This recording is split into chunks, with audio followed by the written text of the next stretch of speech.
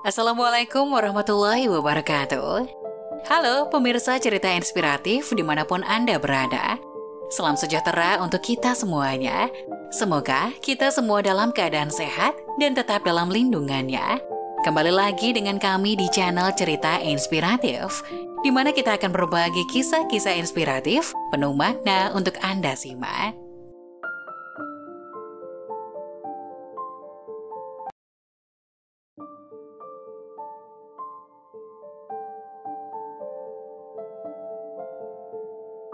Istri asik selingkuh sampai hamil saat suami lumpuh kena stroke. Tak diduga, karma ini yang terjadi.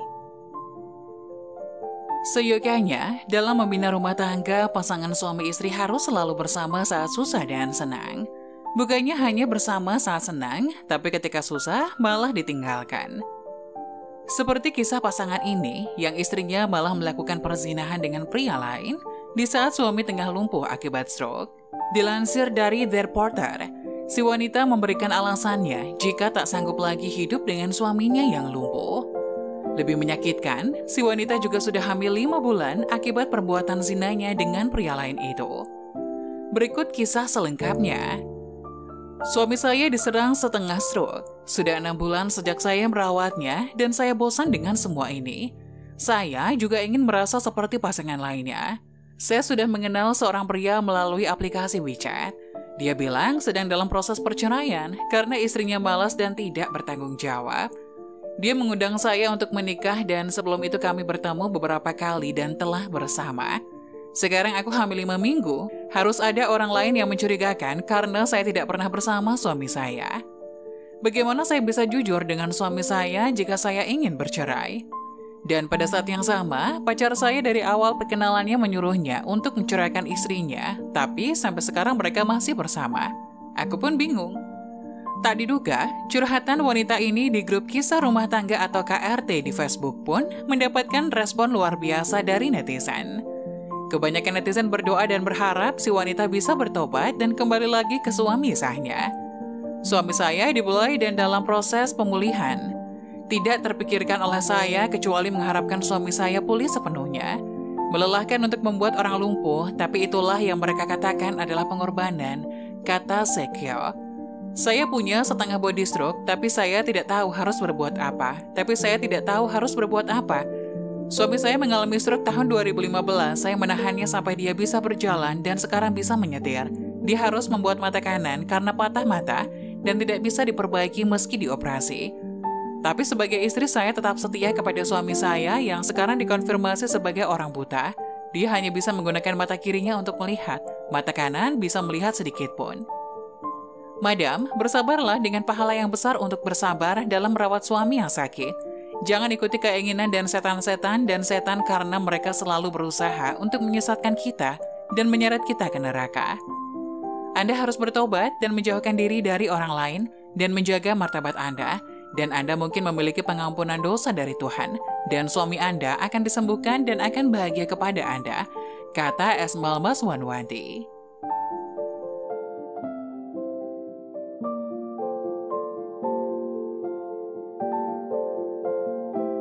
Istri curiga suami selalu pulang subuh lalu mandi. Sebuah rahasia besar pun terungkap. Seorang istri akhirnya menemukan sesuatu yang mengejutkan. Ini setelah penasaran dengan tingkah suaminya yang selalu pulang subuh dan langsung mandi dan cuci baju. Dilansir Tribun Sumsel dari Vocatnews.com, sang istri mengaku lebih dari menjalani kehidupan rumah tangga dengan suaminya. Selama mengarungi bahtera rumah tangga, ia tidak merasa aneh dengan sikap suaminya. Namun beberapa minggu terakhir, suaminya kerap pulang subuh, langsung mandi dan mencuci baju. Sepulang kerja, ia langsung pergi mandi dan tidak pernah perhatikan aku, kemudian pasti langsung mencuci bajunya. Hingga akhirnya ia menemukan sesuatu yang amat mengejutkan setelah melihat keanehan yang dilakukan suaminya. Berikut cerita selengkapnya. Saya dan pasanganku sudah menikah setahun lebih. Sebenarnya kehidupan kami biasa saja. Setelah pacaran beberapa waktu, kami merencanakan pernikahan. Karena kami lahir di desa, biasanya cuma perlu mendaftarkan diri di KUA saja, tidak mengadakan pesta apapun. Setahu kami juga tidak berencana begitu cepat punya anak. Setelah menikah setahun, suamiku akhirnya mendapatkan kenaikan gaji dan bisa menabung sedikit. Ditambah dengan uang pinjaman ke sanak saudara, akhirnya kami membeli rumah kecil. Di hari kami mendapatkan kunci rumah kami, suamiku memelukku. Ia berkata, "Istriku, aku berjanji akan memberikan keluarga bahagia. Mulai sekarang, kita punya rumah yang sebenarnya. Kamu harus bersiap, aku akan berjuang. Kamu harus jaga kesehatan, kita akan segera punya anak." Aku mengangguk bahagia mendengar semua ini. Aku tak tahu apakah aku yang salah atau suamiku yang berbeda sejak kami membeli rumah. Karena harus mengembalikan uang pinjaman, ekonomi kami memang lebih sulit dan lebih banyak tekanan. Tapi sejak saat itu, suamiku sering berkata harus lembur. Awalnya aku pikir lembur seperti biasa, tapi dia harus lembur setiap hari dan pulang larut malam sampai jam 1 atau jam 2 subuh. Sepulang kerja, ia langsung pergi mandi dan tidak pernah perhatikan aku. Kemudian, ia pasti langsung mencuci bajunya. Saat itu aku pulang kerja lebih cepat dan menunggu di depan kantornya. Ternyata, suamiku benar-benar tidak lembur. Begitu jam pulang kerja, dia langsung keluar kantor dan mengendarai sepedanya. Tapi ia tidak pulang ke rumah. Hal ini membuat aku semakin yakin ia selingkuh.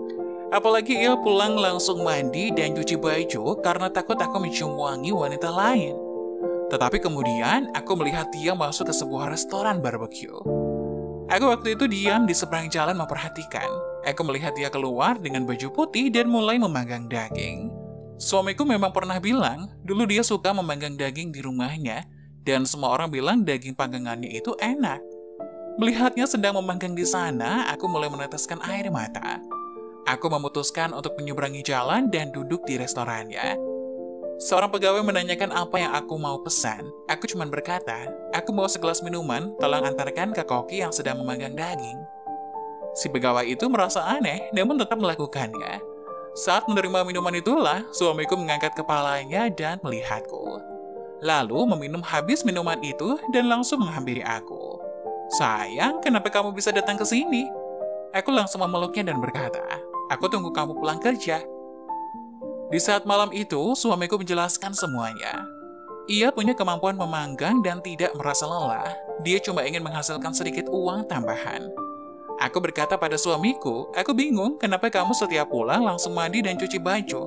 Ternyata kamu takut aku mencium bau asap dan daging. Aku malahan mengira kamu punya perempuan lain. Jadi hari ini aku pergi mencari kamu." Suamiku kemudian memelukku dan mencium keningku. "Mana mungkin? Kamu adalah wanita paling sempurna buat aku. Gak ada orang yang bisa menggantikannya."